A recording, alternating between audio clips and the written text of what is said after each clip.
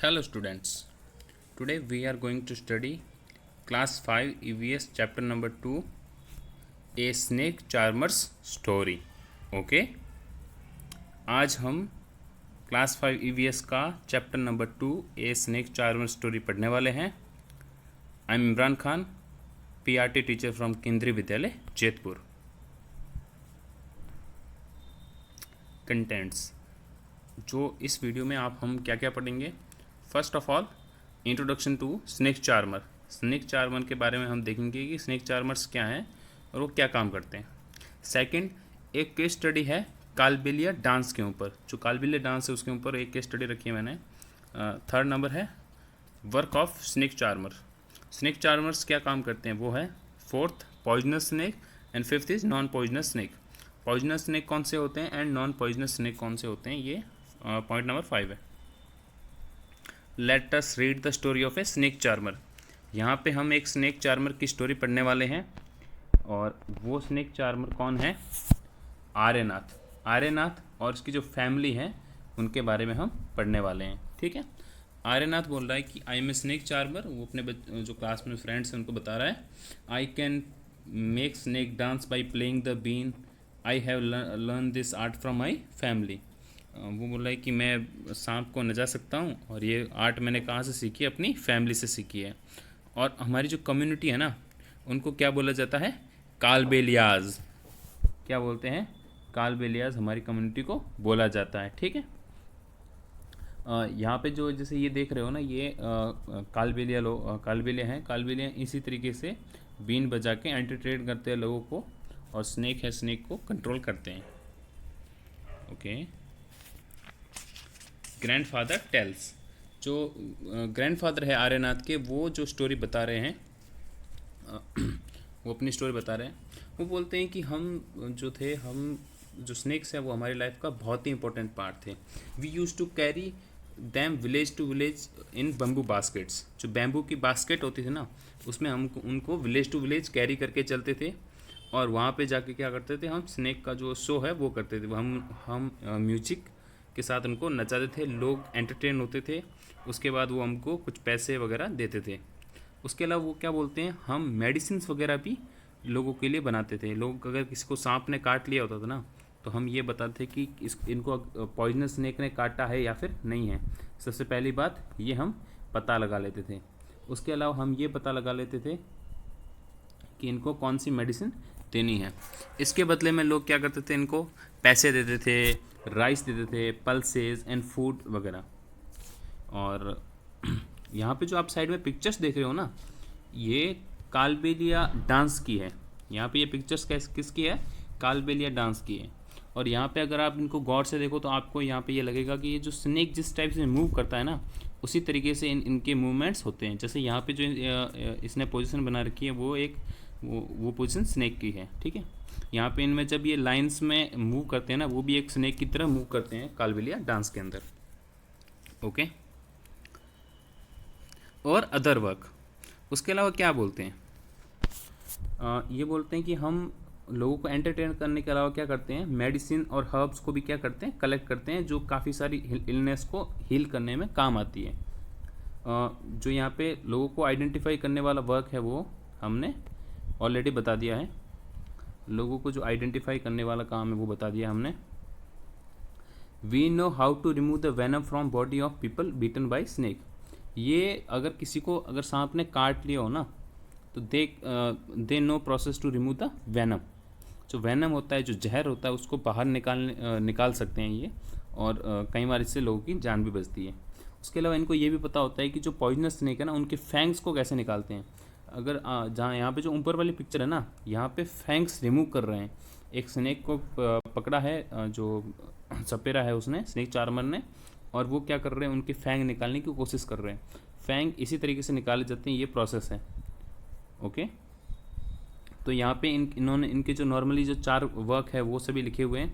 अगर आपको note down करना है ना नोटबुक में तो आप वीडियो को पॉज करके इनको सभी को नोट डाउन कर सकते हो.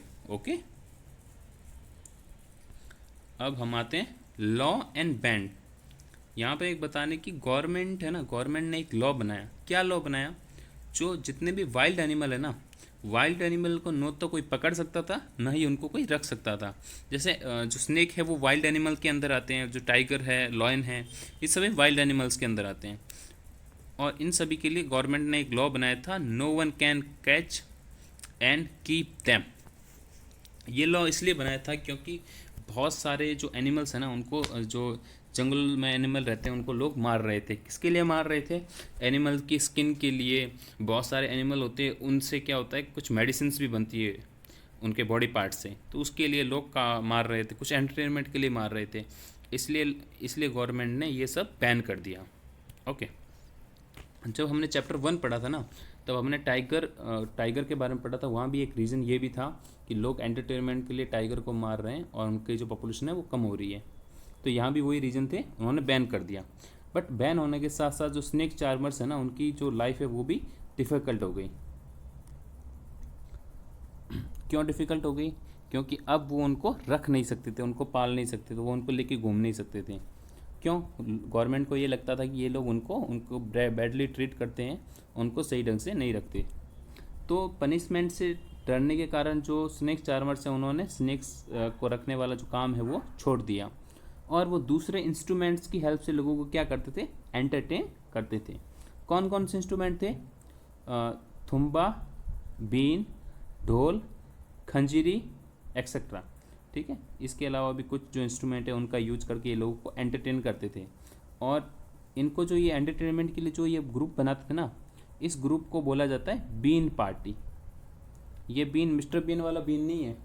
यहाँ पे जो ये बीन बजाते हैं ना, ये ऊपर वाली, ये बीन यहाँ पे सबसे मेन इंस्ट्रूमेंट होती है, इसलिए इनको क्या बोलते हैं? बीन पार्टी बोला जाता है। ठीक है, now we are at the case study on Kalbelia dance. जो कालबेलिया डांस है ना, उसके ऊपर एक केस स्टडी पढ़ रहे हैं, ये छोटी सी है। यहाँ पे जो फर्स्ट है, despite having the impression of an age old tradition. जो कालबेलिया डांस है ना, उसको अगर आप देखोगे कभी भी, आप उसकी कोई वीडियो को देखोगे या लाइव देखोगे, तो आपको क्या लगेगा? ये बहुत ही ज़्यादा पुराना डांस है। बट ये जो डांस और ट्रेडिशन है ना, ये बहुत ही ये काफ़ी रिसेंट है। ये स्टार्ट कब हुआ था? 1980s में स्टार्ट हुआ था। 1980s में क्या हुआ था? जो पुराना डांस फॉर्म था कालबेलिया का, उनको मॉडिफाई करके जो कालबेलिया आज हम देखते हैं उसमें कन्वर्ट किया था। ठीक है, और इस डांस को है ना इंडियन जिप्सी डांस भी बोलते हैं। क्या बोलते हैं? Indian Gypsy dance. फॉरेन में अगर जाएंगे ना, तो इंडियन जिप्सी नाम से भी इस डांस को जाना जाता है। और ये जब मार्केट में आया ना, ये डांस जब इंडियन फोक डांस के जो मार्केट में आया, तो ये सबसे पॉपुलर डांस बना। और इसको यूनेस्को ने, जो यूनेस्को एक संस्था है जिसके बारे में मैं नेक्स्ट स्लाइड में बताने वाला हूँ, उन्होंने इस डांस को क्या बोला? Intelligible cultural heritage. इंटेलिजिबल का मतलब जो है वो भी मैं नेक्स्ट स्लाइड में बताऊँगा। Okay, Kalbelia dance is an improvised dance from that it has its origin in the state of Rajasthan in northwest India. The official name of this genre is Kalbelia, refer to the community that perform it. यहाँ पे जो Kalbelia dance है ना, ये originate कहाँ पे हुआ था? North west Rajasthan. जो राजस्थान का नॉर्थ वेस्ट पार्ट है ना इंडिया में, वहाँ से ये ओरिजिनेट हुआ था। और इसको कालबेलिया क्यों कहते हैं? क्योंकि जिस कम्युनिटी ने इसको सबसे पहले किया था ना, वो खुद क्या थी? कालबेलिया। वो कम्युनिटी का नाम ही कालबेलिया था। अगर आप इस डांस को देखो, इसमें सबसे पहले जो इसके मूव्स होते हैं वो एक स्नेक से इंस्पायर्ड होते हैं, नंबर 1। नंबर 2, इनके जो क्लोथ्स होते हैं वो क्या होते हैं? ब्लैक कलर के होते हैं। ठीक है, यहाँ पे जो ऑर्नामेंट्स, जो कपड़े वगैरह है, जो गहने पहनती है लेडीज़, वो क्या होते हैं? बहुत ही हैवी होते हैं। ये सब इस डांस की क्या है? कुछ फीचर्स हैं। ओके, नेक्स्ट यूनेस्को के बारे में पढ़ते हैं। यूनेस्को जो वर्ड हमने जस्ट पहले देखा था वो क्या है? यूनेस्को एक ऑर्गेनाइजेशन है, एक यूनियन है, जिसमें वर्ल्ड के लगभग सारे बड़े देश थे। ठीक है, इसकी जो फुल फॉर्म है वो है United Nations Educational Scientific and Cultural Organisation. जो यूनाइटेड नेशंस है उनकी एजुकेशनल है प्लस कल्चरल है और साइंटिफिक ऑर्गेनाइजेशन है, जिसमें ये सारे काम होते हैं। अब जो यूनेस्को है ना, ये ऑर्गेनाइजेशन बनाई क्यों है? इसका मिशन क्या है? इसका मिशन है to contribute in the building of a culture of peace, मतलब जो पीस शांति का कल्चर बनाने में अपना कंट्रीब्यूशन देना। जो दो चार जो कंट्रीज़ के बीच में हमेशा झगड़े होते रहते हैं, जो वॉर होती रहती है, जैसे कभी चाइना अमेरिका से वॉर करने की सोच रहा है या इंडिया पाकिस्तान से करने की सोच रहा है, तो वैसी कंडीशन ना आए, इसके लिए ये क्या करते हैं, कल्चर है वो शेयर करते हैं लोग। ऐसे प्रोग्राम चलाते हैं जहाँ पे एक कंट्री के स्टूडेंट दूसरी कंट्री में जा रहे हैं, एक दूसरे को हेल्प कर रहे हैं। इससे क्या होता है, लोगों का जो मन मुटाव है, जो लोग आपस में झगड़ते रहते हैं, वो थोड़ा कम हो, और जो वर्ल्ड वॉर वगैरह जो पहले टाइम में हुए थे वैसी कंडीशन आगे ना आए। नंबर 1। दूसरा है इरेडिकेशन ऑफ पॉवर्टी। जो गरीब बच्चे होते हैं ना, गरीब बच्चों को एजुकेशन देके पॉवर्टी को ख़त्म करना, पॉवर्टी को धीरे धीरे क्या करना, ख़त्म करना। एक वर्ड है सस्टेनेबल डेवलपमेंट। सस्टेनेबल डेवलपमेंट का मतलब ये होता है जो हमारा इन्वायरमेंट है ना, इन्वायरमेंट को पॉल्यूट नहीं करना है, उसको बिना ख़राब किए हुए हमको अच्छे से डेवलपमेंट करना है। ऐसे ऐसी चीज़ों से हम इस तरीके से काम करना है ताकि जो इन्वायरमेंट है ना वो जैसा आज है वैसा रहे।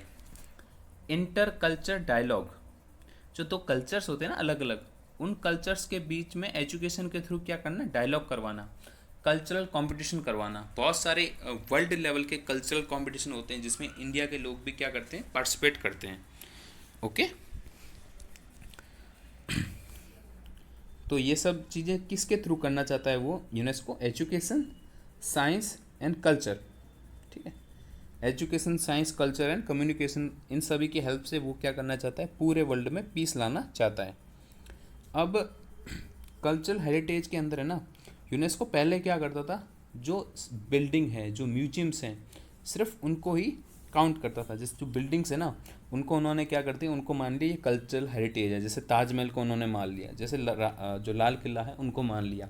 बट धीरे धीरे उनको लगने लगा ये तो है ही कल्चर हेरिटेज, उसके अलावा जो लोग जिस तरीके से रहते हैं ना, जो उनका रहने का तरीका है, जो उनकी डांस फॉर्म है, जो उनकी आर्ट फॉर्म है, आर्ट का मतलब जिस टाइप की वो पेंटिंग्स बनाते हैं, जिस टाइप के वो गीत गाते हैं, जिस टाइप की वो लैंग्वेज बोलते हैं, वो भी क्या है, एक हेरिटेज है। एक जो हेरिटेज का मतलब ये होता है कि जैसे जो सम्मानजनक बातें हैं या फिर जो उस कम्युनिटी की पहचान है। ठीक है, आप भी अपने घर के आसपास देखो ना, तो हर कम्युनिटी की अलग अलग पहचान होती है। जैसे जो कालबेलिया है वो अपने डांस के लिए, जो उनके स्नेक पकड़ने की टेक्निक है उसके लिए क्या है, फेमस है। अगर कोई दूसरी कम्युनिटी होगी तो हो सकता है कि वो अपने जो बर्तन बनाते हैं उसके लिए फेमस होगी। हो सकता है कि कोई कम्युनिटी गाना गाने के लिए फेमस हो। तो ये सब हेरिटेज हैं। ठीक है, अब हेरिटेज के अंदर कौन कौन सी चीज़ें आती है वो नीचे लिखा हुआ है। ओरल ट्रेडिशन, जो बोलचाल के ट्रेडिशन होते हैं। परफॉर्मिंग आर्ट, परफॉर्मिंग आर्ट का मतलब होता है डांस वगैरह, जिनको डांस या नाटक जिनको परफॉर्म करते हैं। सोशल प्रैक्टिसेस, मतलब उस सोसाइटी में किस तरह की कोई प्रैक्टिस करते हैं ना, मतलब किस तरीके से लोग आपस में रहते हैं, वो सोशल प्रैक्टिस के अंदर आता है। रिचुअल का मतलब होता है रीति रिवाज, रीति रिवाज होते हैं ना, वो भी कल्चरल हेरिटेज के अंदर आते हैं। फेस्टिवल इवेंट्स, फेस्टिवल इवेंट्स का मतलब वो कम्युनिटी किस टाइप के फेस्टिवल सेलिब्रेट करती है। ठीक है, knowledge and practices that concern nature and universe, बहुत सारी कम्युनिटी की ऐसी ऐसी प्रैक्टिसेस होती है ना जो नेचर और यूनिवर्स के बारे में कंसर्न रखने वाली होती है। जैसे कि अगर आप सपोज विश्नोई कम्युनिटी की बात करें, जो राजस्थान के अंदर एक कम्युनिटी है विश्नोई, उनकी बात करें तो उनके कल्चर के अंदर जो प्लांट्स हैं और एनिमल्स हैं उनको बचाने का जो है ना बहुत बढ़िया सिस्टम है। और वो पेड़ की क्या करते हैं, पूजा भी करते हैं, जो पेड़ों की पूजा करते हैं और जो जानवर होते हैं उनकी बहुत हेल्प करते हैं। तो ये भी एक जो नेचर और यूनिवर्स के की तरफ क्या है, कंसर्न है। ओके, और उसके अलावा सबसे लास्ट है skill to produce traditional crafts. Traditional crafts का मतलब जो पुराने तरीके की चीज़ें बनाने की जो कला है ना, जैसे पुराने तरीके के घर बनाना, पुराने तरीके की बिल्डिंग्स बनाना, वो सब इसमें आती है। Skill to produce traditional crafts. इन सभी को कौन बचाता है, यूनेस्को बचाता है। यूनेस्को अलग अलग तरीके के प्रोग्राम्स चलाता है और उसके थ्रू क्या करता है, इनकी हेल्प करता है। तो जो ये इंटेजिबल कल्चर हेरिटेज का जो रिकॉग्निशन मिला है ना, कालबिलिया डांस को, वो भी किसने दिया है? यूनेस्को ने दिया है। ये जो साइड में आप ब्लू कलर का देख रहे हो ना, ये यूनेस्को का लोगो है। ओके, यूनेस्को की फुल फॉर्म आप लिख लेना, और इनमें से कोई भी चीज़ अगर आपको लिखनी हो तो वीडियो को पॉज करके यहीं पे आप लिखते रहना साथ साथ में। और हम आगे केस स्टडी में और आगे चलते हैं। तो इस जो ये फोल्क डांस है ना, इस डांस में क्या होता है, जो मैन है, जो आदमी है, वो क्या करते हैं, पुंगी पुंगी या फिर जो बीन होती है वो इंस्ट्रूमेंट बजाते हैं मेनली। उसके अलावा क्या बजाते हैं, छंग। छंग एक लार्ज फ्रेम वाला ड्रम होता है। एक लार्ज फ्रेम वाला क्या होता है, ड्रम होता है। छंग बजाते हैं, छंग के साथ ढपली। यहाँ पे देखो साइड में जो GIF दिख रही है आपको, यहाँ पे भी ये जो एक्टर है वो क्या कर रहा है, ढपली बजा रहा है। तो ये 3-4 इंस्ट्रूमेंट है, ये कौन बजाते हैं, मैन जो आदमी है वो बजाते हैं। वुमेन क्या करती है, वो डांस करती है, उसके अलावा जो सॉन्ग्स है उसको एक्सटेंसिवली बाय हार्ट याद करती है। उनको जो पूरे के पूरे सॉन्ग है वो याद होते हैं, वो गाती भी है और नाचती भी है। या फिर 2 ग्रुप होते हैं, एक ग्रुप गाने का काम करता है और एक ग्रुप नाचने का काम करता है। ठीक है, यहाँ पे यूनेस्को ने जो सपोर्ट किया ना, उस सपोर्ट के कारण क्या चेंजेस आए वो लिखा हुआ है नीचे। UNESCO support international visibility, exchange and bringing of people close together. UNESCO के सपोर्ट के कारण क्या हुआ, इंटरनेशनल विजिबिलिटी मिली। इंटरनेशनल विजिबिलिटी का मतलब जो जो इन कालबेलिया आर्टिस्ट है ना, कालबेलिया आर्टिस्ट पूरे वर्ल्ड में जाके परफॉर्म करते हैं।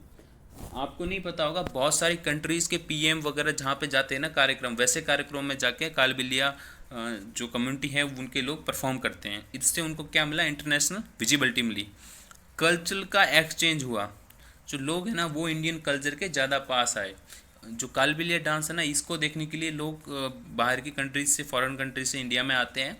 वहाँ पे पैसा पे करते हैं, रात को होटल में रुकते हैं जहाँ पे कालबेलिया डांस का प्रोग्राम होता है, पूरी रात डांस देखते हैं और दूसरे दिन चले जाते हैं। तो इस डांस को इतना ज़्यादा प्रेफर किया गया है।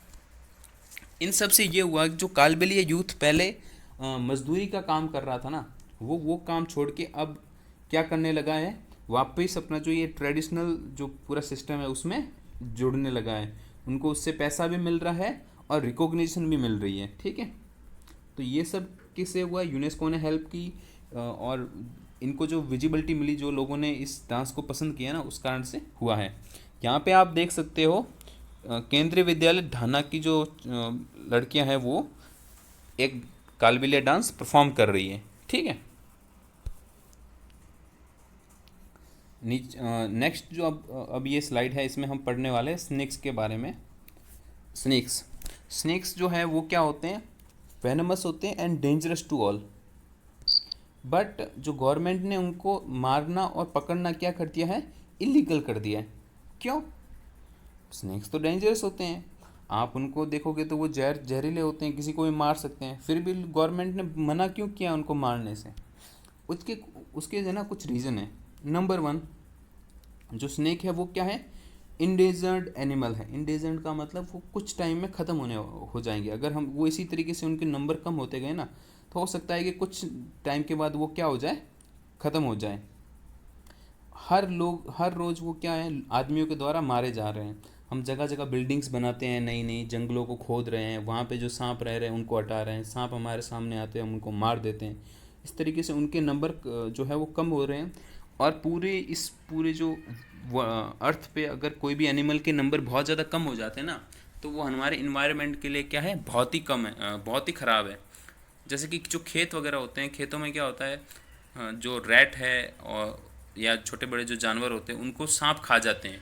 इसलिए वो जो रैट है वो खेत में नहीं आते, और जो किसान है ना उनको बहुत हेल्प होती है। इस तरीके से हम इनको फार्मर्स फ्रेंड भी बोलते हैं। आपकी अगर आप बुक देखोगे ना, वहाँ पे एक जगह पे इनको फार्मर्स फ्रेंड भी बोला है। फार्मर्स फ्रेंड इसलिए बोला है क्योंकि ये जिस खेत में होते हैं ना स्नेक, वहाँ पे रैट नहीं आते और फार्मर्स की बहुत हेल्प हो जाती है। बट अगर हम इनको मार देंगे पहले ही, तो ये किस काम आएंगे। तो ये क्या होगा, जो नेचर में इक्विलिब्रियम है उसको ख़त्म करेंगे। और गवर्नमेंट दूसरा क्या करना चाहती है, रेगुलराइज करना चाहती है। रेगुलराइज का मतलब कंट्रोल करना चाहती है। जो सेलिंग एंड बाइंग है ना वेनम की, जो स्नेक का जो वेनम होता है ना, सांप का जो जहर होता है, वेनम होता है, उससे क्या बनती है, मेडिसिन बनती है। उससे जो दवाइयाँ बनती हैं किसकी, सांप के काटने की, तो गवर्नमेंट क्या चाहती है, गवर्नमेंट ये चाहती है कि जो ये दवाइयाँ बनाना और ये जो पूरा प्रोसेस है ना, ये क्या हो जाए, रेगुलराइज हो जाए, इसको गवर्नमेंट कंट्रोल करे। पर अगर हमने जो कालबेलिया और जो स्नेक चार्मर्स हैं उनको ये सब दे दिया काम करने का, तो रेगुलराइज नहीं हो पाएगा। वो गवर्नमेंट एजेंसियों से ये सब काम करवाना चाहते हैं, इसलिए उन्होंने दूसरों को बैन कर दिया। सिर्फ कुछ गवर्नमेंट एजेंसियों को ही ये काम दिया है, वही वेनम कलेक्ट कर सकती है, वही स्नेक को पकड़ सकती है। अब जो दादाजी है ना, दादाजी लास्ट में जो आर्यनाथ है उससे क्या बोल रहे हैं, वो बोल रहे हैं, Aryanath you know all about snakes. जो आप है ना स्नेक्स के बारे में सब कुछ जानते हो, कि कौन से स्नेक पॉइजनस हैं, कौन से स्नेक पॉइजनस नहीं हैं, फैंग्स क्या होते हैं, फैंग्स को कैसे रिमूव किया जाता है, जो वेनम है उसको कैसे निकाला जाता है, किसी की बॉडी के अंदर वेनम चला जाए उसको कैसे निकाला जाता है। तो ये सब जो आपका नॉलेज है ना, इसको वेस्ट मत जाने दो, इसको अपने दोस्तों के साथ शेयर करो। जब भी किसी बड़ी सिटी में जाओ तो वहाँ भी, कॉलेज में जाओ तो वहाँ भी शेयर करो।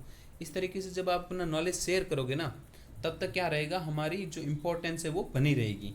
वरना जो कालबेलियाज को लोग या फिर जो स्नेक चार्मर्स हैं उनको लोग क्या हो जाएंगे, कुछ समय के बाद भूल जाएंगे। ठीक है, यहाँ पे देखो एक साइड में मैंने साइड में एक पिक्चर दी है, वहाँ पे एक स्नेक चार्मर शो करने के बाद पैसे कलेक्ट कर रहा है। तो इस तरीके से इनको पैसे कलेक्ट करने पड़ते हैं। इनकी जो लाइफ है वो बहुत ही हार्ड हो गई है। किस कारण से, क्योंकि गवर्नमेंट ने बैन कर दिया है इनको स्नेक्स पकड़ने और लोगों को एंटरटेन करने से।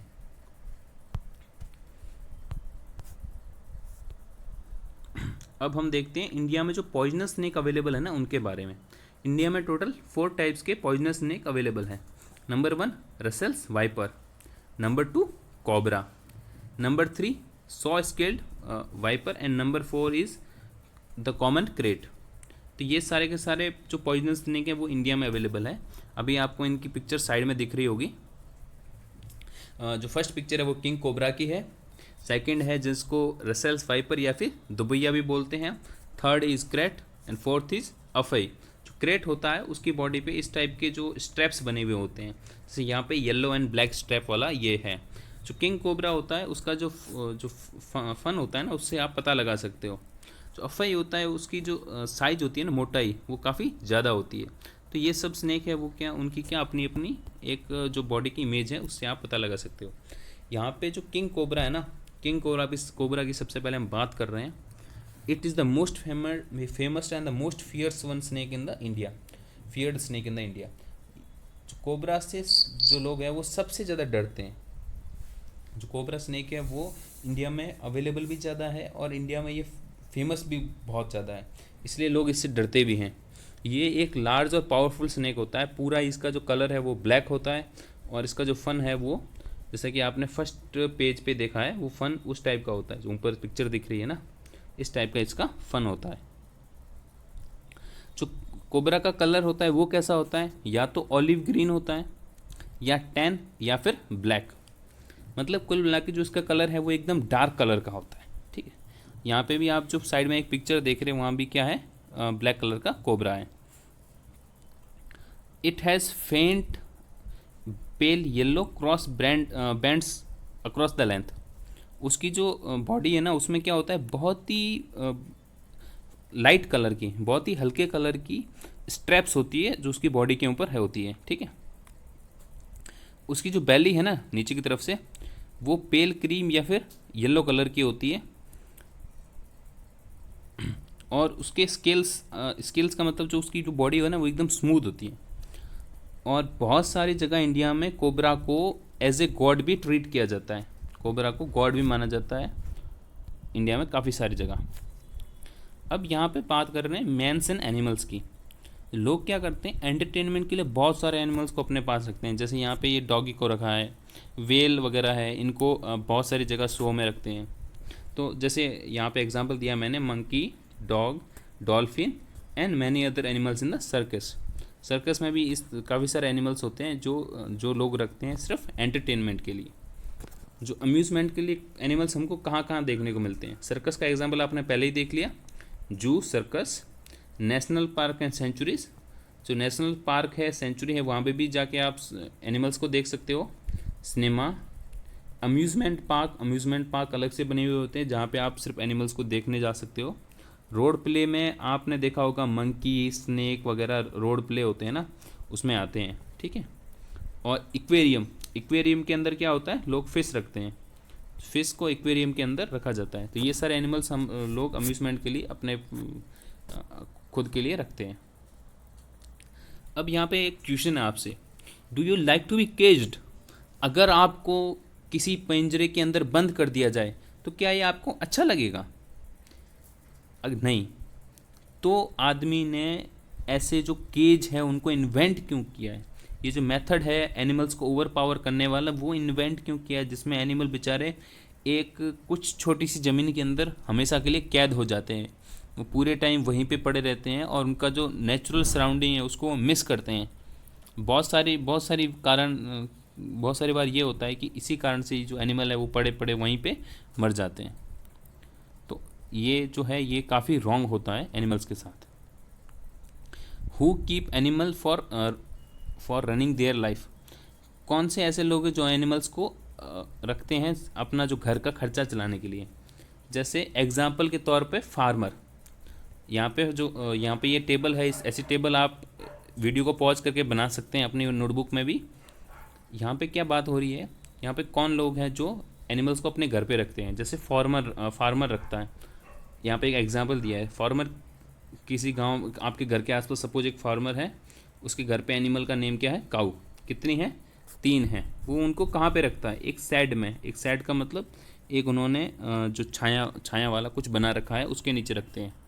और फूड एंड वाटर क्या करते हैं, 30 लीटर जो पानी है और ग्रास वगैरह उसको खिलाते हैं, ठीक है। उनको कोई इलनेस है क्या, आपको ये पूछना है। अगर ये जो आप सर्वे करोगे ना, सर्वे में जैसे जैसे यहाँ पे सर्वे हो रखा है, वहाँ पे भी जैसे आपको पूछना है कि उनके पास कौन सा एनिमल है, एनिमल टोटल नंबर्स में कितने हैं, वो खुद क्या काम करते हैं, और एनिमल्स को कहाँ पे रखते हैं, एनिमल को क्या खाना खिलाते हैं, उनको कोई बीमारी है क्या, और किस लिए उनको रख के बैठे हैं। जैसे काऊ है तो काऊ को तो मिल्क के लिए रख के बैठते हैं, वैसे कि वैसे कोई दूसरे एनिमल्स को भी किस लिए रख के बैठे हैं उनको यहाँ पे आप लिख सकते हो, ठीक है। It is survey for you. Next, जो आज का वीडियो है ना वो इतनी तक ही था। हमने सबसे पहले कालबेलियाज़ के बारे में देखा, कालबेलिया के बाद हम नेक्स्ट पे गए तो हमने जो स्नेक चार्मर्स हैं उनकी लाइफ के बारे में देखा कि वो क्या काम करते हैं, कौन से स्नेक पॉइजनस है ये देखा, एनिमल्स को केज क्यों रखते हैं, वो किस तरीके से बुरा है ये भी देखा। तो इन सब चीज़ों के बारे में आपको सोचना है और इस चैप्टर को अच्छे से पढ़ना है। अगर आपको कहीं पे भी कोई डाउट लगे तो आप मेरे से ज़रूर पूछिए। That is it for today guys, bye.